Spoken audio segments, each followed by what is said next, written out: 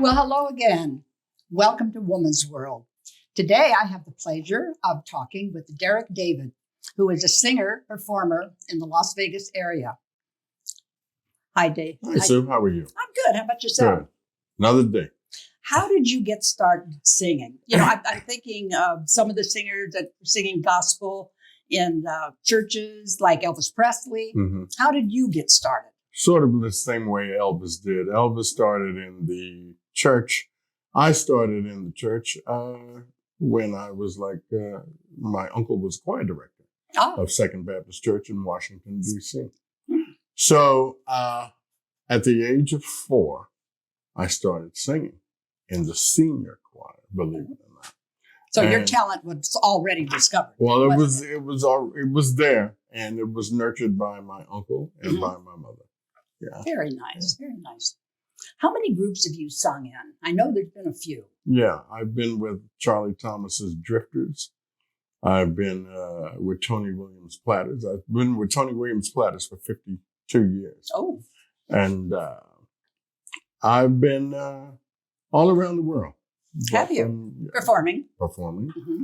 And it's been quite an experience, I must say, from ships to cruise ships, to Saudi Arabia, to New Zealand, to every place in between.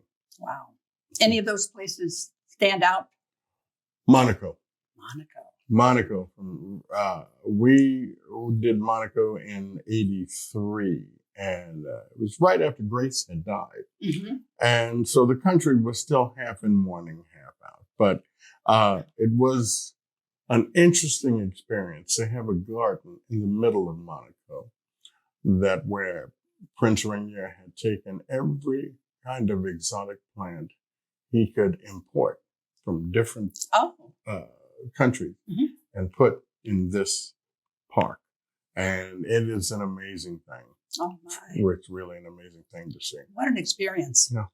Were you singing solo at the time, or no? I was with Tony Williams Platters. We did the Place de Casino, and we were there for 2 weeks. Oh. And it was another amazing part was going around those mountain curves. Okay, in the bus. I've seen that on television. Yeah, no, that's. If you're from the United States and you look used to having guardrails, you forget that. Okay, you're looking out the window at a 500-foot drop. Oh boy! Yeah. That kept you awake. Oh yeah, it certainly did. How do you see music that's changed over the years? What do you think about that? I think it's less now musical ability, more like lyrical. Mm-hmm.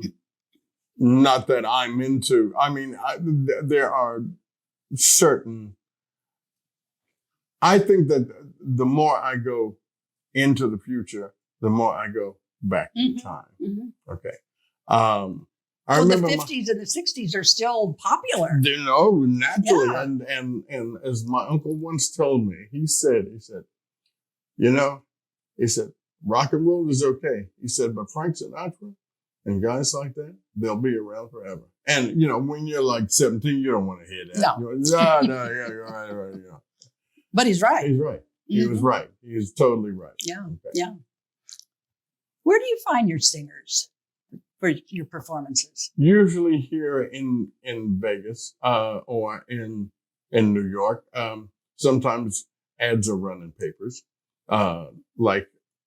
One way I started singing with Charlie Thomas's Drifters was there was an ad in the Village Voice, not the Vegas Voice, the Village Voice, and so I started with them and with Drifters first. Mm-hmm. And we went ahead and then into the Platters and things like that. So it's been quite an experience. And all singing 50s and 60s music. 50s and 60s. And sometimes you had to learn them right there on stage. Oh, boy. Okay, while you're singing. Okay. I remember they pulled that on me one time. There's a song by the Drifters called Ruby Baby. Clyde McFadden, I think, did the lead. Uh-huh. And I'm on stage and I'm watching. So Charlie says, "Okay, we're going to do Ruby Baby." So I said, What? the hell is Ruby? So they said, 1, 2, 3. So the band starts, I got a girl and I'm watching everybody. While I'm doing, I'm saying, Ruby baby, Ruby baby. And then once you know your harmony, okay, so once the song passes around once, you're okay. But, doing that and like. And that was live? That was live. Okay. That was live. Most of the shows that we did are live. Well, I've seen quite a few of your shows here. Yeah. How long have you been in Vegas performing? 23 years. Oh, We started at the Sahara when we first came, where it was the Coasters, Drifters, the Platters. The Marvelettes came later. And then later on came the former lead singers of the Temptations. We had Ollie Woodson, Glenn Leonard, Damon Harris. They were all with us. Show was filled every night. It was past every night. How exciting. Yeah. Oh, my gosh. Oh. How many outfits do you have? I've seen all these beautiful sequin, sparkly jackets that you have, including shoes. Well, yeah. Well, now, see, since it's hot out, I decided, this is the new Dewberry. Okay. So this is like... It's sparkly. It's good. Yeah. It's, when it's 115 outside. Yeah. I have maybe about 30. About 30. Yeah. Of all various colors. All various colors, all various kinds. And Rita made one for me that I used to wear at the Sahara. Okay. And I come on stage because when I do my prayer, I do a little bit of Rachmaninoff up front. And that's because I don't always dedicate that to my mother. My mother was the first one who gave me my first album was Rachmaninoff's Second Piano Concerto. Okay. More Symphony and the London Philharmonic. And then the second album she gave me was The Great Caruso with Mario Lanza.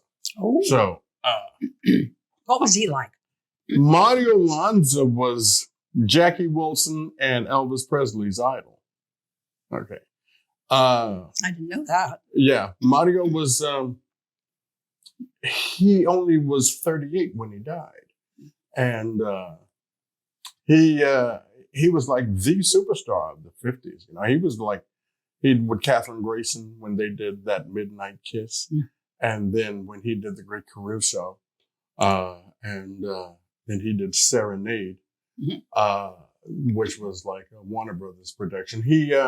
And the songs that came out of from Sammy Cahn and Nicholas Brodsky when they did My Destiny, or when they did songs that came out of, Mario was to die at 38, and he died because he was doing something called Twilight Sleep at the Giugli Clinic. I heard that. I heard about that. Yeah, in Italy. And what you do is you stay in a state that's not awake and you're not asleep. And the pounds just melted off you. Oh, wow. He did a movie once where it's like MGM told him, look, here's the deal. Either you start losing that weight or we're going to get somebody else. Oh, wow. So when they did The Student Prince, Mario was overweight. So they got Edmund Purdom for the role. Okay. But they used Mario's voice.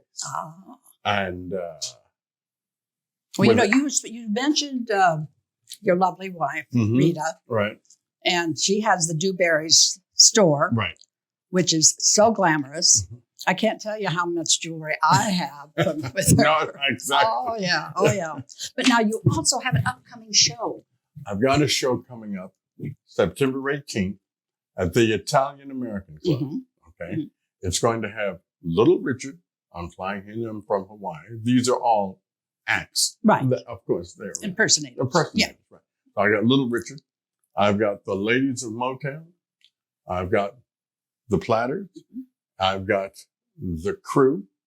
And so it should really be a very interesting night. And it's a dinner show. It's a dinner show. Yeah. Dinner show. How can people get tickets? All you do is call Dewberry Fashions or the Italian American Club. Now, the number for Dewberry Fashions is 257-6085.